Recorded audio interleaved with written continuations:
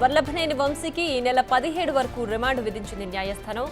Gannavaram TDP కార్యాలయంపై దాడి కేసులో CID పోలీసులు పీటీ వారెంట్ దాఖలు చేశారు. ఇదే కేసులో జైలు నుంచి వంశీని వర్చువల్ గా పోలీసులు కోర్టులో ప్రవేశపెట్టారు. టీడీపీ కార్యాలయంపై దాడి కేసులో బెయిల్ పిటిషన్లను ఇటీవల హైకోర్టు డిస్పోజ్ చేసింది. బెయిల్ పిటిషన్ డిస్పోజ్ అవడంతో పీటీ వారెంట్ దాఖలు చేశారు సిఐడి పోలీసులు.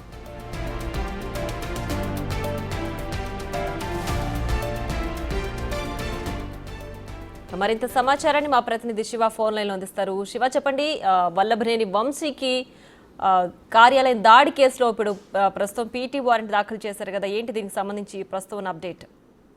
మొత్తం మీద చూసుకుంటే గన్నవరం తెలుగుదేశం పార్టీ కార్యాలయం దాడి ఘటనలో 71 నిందితుడిగా వల్లభనేని వంశీ ఉన్నారు. ఈ కేసులో గత 20 తేదీ వరకు ఎటువంటి ముందస్తు చర్యలు తీసుకోవద్దంటూ హైకోర్టు ఆదేశాలు జారీ చేసింది. దాంతో పాటుగా దాదాపుగా 58 మంది నిందితులు కూడా ముందస్తు బెయిల్ పిటిషన్ కోసం ఇటు జిల్లా కోర్టులో, గన్నవరం కోర్టులో, హైకోర్టులో బెయిల్ పిటిషన్ వేయడం జరిగింది. ఈ బెయిల్ పిటిషన్ మొత్తాన్ని కూడా హైకోర్టు డిస్మిస్ చేసింది. సో ఈ నేపథ్యంలోనే ఈ కేసుకు సంబంధించి వల్లభనేని వంశీని పీటీ వారెంట్ కింద అరెస్ట్ చేయాలని చెప్పి కూడా విజయవాడ కోర్టులో సిఐడి అధికారులు పీటీ వారెంట్ దాఖలు చేశారు. పీటీ వారెంట్ ని విచారణకు స్వీకరించిన ధర్మాసనం వర్చువల్ గా వల్లభనేని వంశీ విజయవాడ సబ్ జైల్లో ఉన్న వల్లభనేని వంశీ వర్చువల్ గా కూడా న్యాయస్థానం ఎదుట హాజరుపరిచారు. ఈ కేసులో 17వ తేదీ వరకు రిమాండ్ విధిస్తూ న్యాయమూర్తి తన తీర్పును వెలువరించారు. అయితే ఇప్పటికే ఈ ఒక కేసుకు సంబంధించి వల్లభనేని వంశీ రిమాండ్ లో ఉన్న పరిస్థితి కనిపిస్తాం. తాజాగా రెండో కేసులో వల్లభనేని వంశీని ఈ రోజు ఈ నెల 17వ తేదీ వరకు రిమాండ్ విధిస్తూ న్యాయమూర్తి తీర్పు చెప్పారు. మొత్తం వల్లభనేని వంశీపై ఉన్న కేసులన్నింటినీ కూడా ఒక్కొక్కటిగా వెలికి తీస్తూ వాటిలో పీటీ వారెంట్ దాఖలు చేసేందుకు పోలీసు అధికారులు, ఇటు సిఐడి అధికారులు